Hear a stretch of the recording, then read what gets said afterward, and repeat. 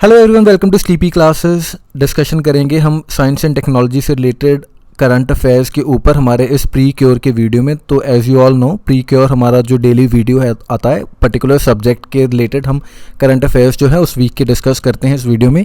तो स्टार्ट करते हैं साइंस एंड टेक्नोलॉजी के करंट अफेयर्स के साथ। स्मॉल पॉक्स के ऊपर एक रिसेंटली स्टडी हुई जिसने क्या किया, स्मॉल पॉक्स की जो डेट ऑफ ओरिजिन है उसको 1700 ईयर्स पीछे भेजकर 8th सेंचुरी CE तक उसको प्लग इन कर दिया। यानी अब हम मान रहे हैं कि 8th सेंचुरी के अराउंड जो स्मॉल पॉक्स है वो ओरिजिनेट हुआ था। एंड ये जो डेट है it coincided with the times of western Roman empire.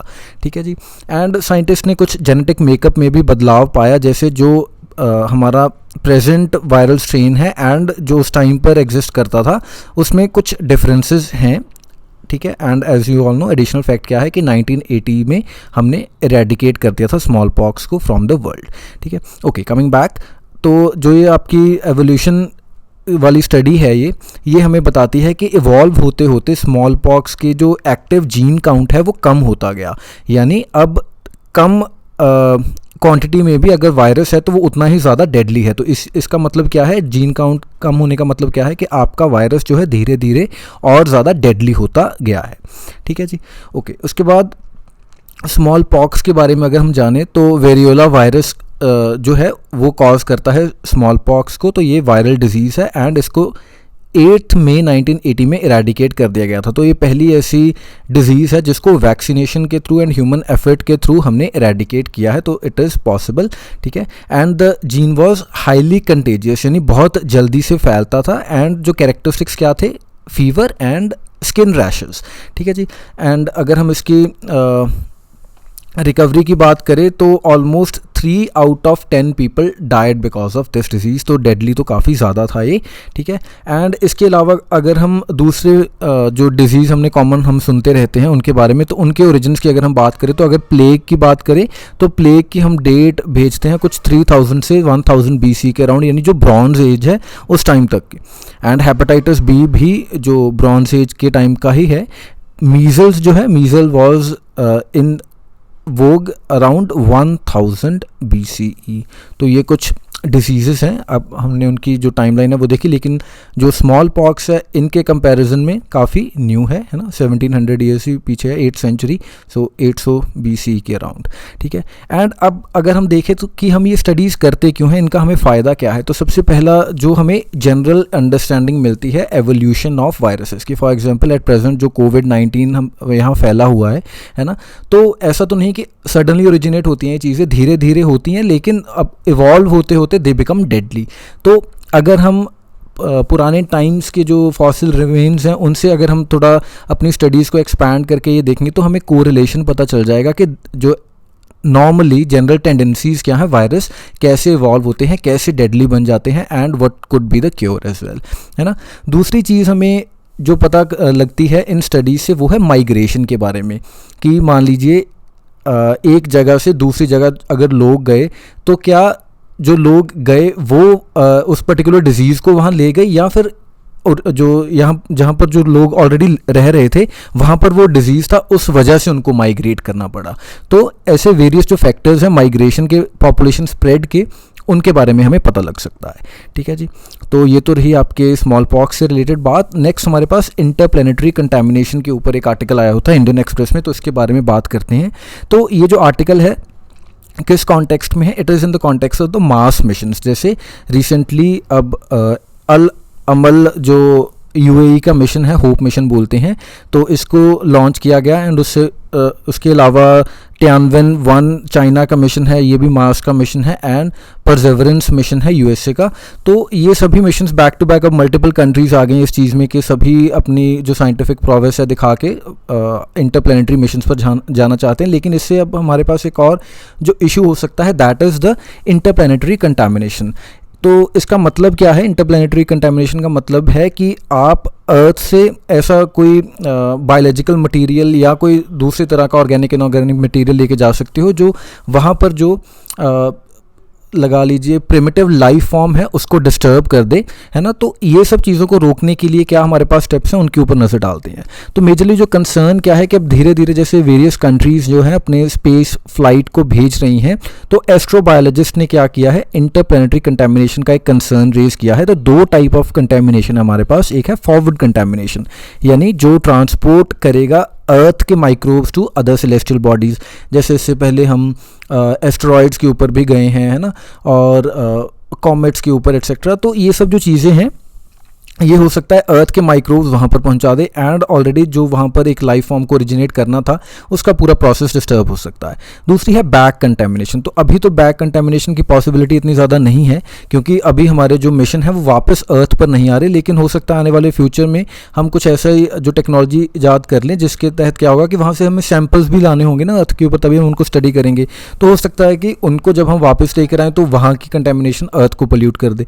तो ये कुछ प्रॉब्लम्स हैं, एथिकल भी हैं इसमें जो कुछ रीजंस हैं, एंड मोरोवर हमारे जो बायोलॉजिकल एग्जिस्टेंशियल रीजंस भी हो सकते हैं कि ऐसी कोई बीमारियां आ जाएं वहाँ से जो हमें हम जिनका इलाज ना ढूंढ पाएँ जल्दी जल्दी। तो एथिकल ऑब्लिगेशन क्या है ह्यूमैनिटी के ऊपर, तो मेजरली तो प्रेजेंटली फॉरवर्ड कंटेमिनेशन का ही हमारे ऊपर एक ऑब्लिगेशन है कि अर्थ के सरफेस से या एटमॉस्फेयर से कुछ ऐसी चीज़ ना जाए जो वहाँ पर in this case Martian biosphere को डिस्टर्ब कर दे। ठीक है जी। तो अब इसके ऊपर अभी अब मार्स के ऊपर ये जो हमारी स्टडी है उसके ऊपर भी देख लेते हैं कि कितनी हमने डेवलपमेंट हासिल कर ली है। तो मार्स को हम वेरियस प्रोब्स के थ्रू स्टडी करते करते हमने एक तो वहाँ पर लिक्विड वाटर की प्रेजेंस देख ली है। ऑल्दो जो वाटर है एट प्रेजेंट उनके सब सरफेस में हो सकता है, लेकिन there is a very strong possibility कि वहाँ पर लिक्विड वाटर है। एंड दूसरी चीज़ क्या कि अब हम एक्टिवली वहाँ पर लाइफ साइंस को ढूंढ रहे हैं। तो that is why back to back हमारे जो वेरियस कंट्रीज अपने मिशंस भेजते रह रहे हैं मार्स के ऊपर। अब प्लानिटरी प्रोटेक्शन के लिए हमारे पास जो कुछ ट्रीटीज़ हैं उनके बारे में देख लेते हैं। जैसे एक यूएन आउटर स्पेस ट्रीटी है 1967 की, तो ये मेजरली जो ट्रीटी है डील करती है मिलिटराइजेशन ऑफ स्पेस के साथ, बट इसमें जो कंटेमिनेशन रिस्क है उनके बारे में भी थोड़ा बहुत जिक्र है। And India, US, Russia, China ये सभी इसकी पार्टीज़ हैं अलॉन्ग विद 110 अदर कंट्रीज़। तो जो प्लानिटरी प्रोटेक्शन पॉलिसी है इसी ट्रीटी के तहत वो क्या करती है, it aims to limit the number of microbes sent, यानी वो कहते हैं कि भाई आप जो प्रॉपर उनकी स्टरलाइजेशन करके भेजें, यहाँ से जो भी आपके प्रोब्स जा रहे हैं उनको प्रॉपर्ली स्टरलाइज कीजिए, फिर आप उनको स्पेस में भेजिए, अदरवाइज हो सकता है कंटेमिनेशन हो जाए। तो this was a little article about the contamination. Next we have an article about the black rock malware. तो ये रिसेंट एक एंड्रॉयड मॉलवेयर आया है जो आपके पासवर्ड्स एंड क्रेडिट कार्ड का डेटा आपकी normal day to day app से चुरा सकता है, जैसे अमेजन है या जीमेल, नेटफ्लिक्स एक्सेट्रा। तो इनसे बेसिकली जो एक्सपर्ट्स हैं उनका कहना है कि इनफैक्ट ये कोई नया मॉलवेयर नहीं है, बट ये एक डेवलपमेंट है या एक लीक्ड सोर्स कोड है ऑफ जर्स मॉलवेयर। एंड ये जो मॉलवेयर है it was itself derive from another malware called LokiBot. तो होता क्या है कि कई बार ऐसी टर्म्स लिख देते हैं आपके क्वेश्चन में कि ये जो टर्म्स है मान लीजिए जर्स, लोकीबॉट या ब्लैक रॉक किससे रिलेटेड है, तो then they will be giving you 4 options कि क्या ये मॉलवेयर है, कोई नया वेपन है या कोई नई बीमारी है, ऐसी ऐसी चीज़ें। तो आपको वैसे क्वेश्चन में स्पॉट करने के लिए ऐसी 1-2 टर्म्स पता होनी चाहिए। जैसे कुछ टाइम पहले 2017 के एग्ज़ाम में, if I am not wrong, तो क्वेश्चन पूछा हुआ था कि आपके जो स्ट्रिंग थियरी एक्सेट्रा, तो ये सब की चीज़ें किससे रिलेटेड थी। तो 2017 में ऐसा क्वेश्चन आया हुआ था। तो there is no reason why such thing can't be after again. ठीक है। एंड एक इसकी खास बात क्या है कि एक तो ये बहुत ज़्यादा पावरफुल मॉलवेयर है कि आपके जो एंटीवायरस एप्लीकेशन है उनको बिल्कुल यूजलेस करार दे देता है। एंड दूसरी चीज़ क्या है कि सिर्फ आपके बैंकिंग ऐप्स को टारगेट नहीं करता, बट आपकी जो जनरल पर्पस ऐप्स हैं जैसे बुक्स, कम्युनिकेशन, डेटिंग और आपकी जो भी ये वाली एंटरटेनमेंट एक्सेट्रा म्यूज़िक की कैटेगरी है, उन सब ऐप्स को भी उनमें लेके उनसे डेटा चुरा लेता है। ठीक है जी। इसके बाद वैक्सीन डेराइव्ड पोलियो वायरस की बात करते हैं। सो 1988 में मास वैक्सीनेशन के जो एफर्ट्स हैं पोलियो को एरेडिकेट करने के लिए वो स्टार्ट किए गए थे। एंड 99% वर्ल्ड वाइड हमने जो केसेस हैं उनको रिड्यूस कर दिया था। बट अब हम क्या देख रहे हैं, 2017 से 2019 का अगर हम डेटा उठाकर देखें तो वैक्सीन डेराइव्ड पोलियो वायरस के केसेस आते आ रहे हैं। ठीक है, काफ़ी नंबर्स बढ़ते जा रहे हैं। So numbers are spiking and at present at least 2 out of 3 cases जो हैं WHO का कहना है कि वो आपके वैक्सीन डेराइव्ड पोलियो वायरसेस के हमें मिल रहे हैं। तो this is a shocking thing. Now vaccine derived polio virus को समझने के लिए पहले हमें ओरल पोलियो वैक्सीन के बारे में पता होना चाहिए। ओरल पोलियो वैक्सीन में हम क्या करते हैं, वीकेंड जो वायरस है वो बॉडी में डालते हैं ताकि जो बॉडी का इम्यून सिस्टम है वो उसके अगेंस्ट अपना रिस्पॉन्स स्टार्ट करे। तो कई बार क्या होता है कि ये जो वीकेंड पोलियो वायरस है बॉडी में आया हुआ वैक्सीन के थ्रू, वो जेनेटिकली म्यूटेट कर जाता है इधर इन द बॉडी और आउटसाइड द बॉडी एक्सक्रीशंस के बाद, एंड वो क्या होता है उसके बाद वो खुद एक नया स्ट्रेन बन जाता है which is a genetically modified strain mutations के थ्रू, एंड उसके बाद जब वो लोगों के कांटेक्ट में आता है तो ये एक नया वैक्सीन डेराइव्ड पोलियो वायरस बन जाता है।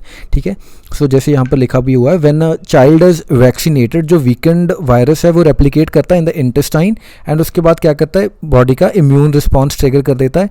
बट जब एक्सक्रीशन होती है तो जो वैक्सीन वायरस है वो एक्सक्रीट कर देता है बच्चा, है ना। So some of this vaccine virus may no longer be the same as the original one, and इसी जेनेटिक म्यूटेशन को हम क्या बोलते हैं, it is the vaccine derived polio virus. तो रही आपके वैक्सीन डेराइव्ड पोलियो वायरस की बात। अब हम टाइप्स भी देख लेते हैं। Vaccine derived polio virus is of 3 types: circulating vaccine derived polio virus, immunodeficiency related vaccine derived polio virus and ambiguous vaccine derived polio virus. तो मोस्टली जो केसेस हमें मिलते हैं वो IVDP के मिलते हैं, इनफैक्ट IVDPV सॉरी, ठीक है। एंड WHO ने चाइना, इंडिया, ईरान, पाकिस्तान, इनमें वेरियस जो पायलट प्रोजेक्ट्स भी चलाए थे इसकी सर्वेलेंस के लिए।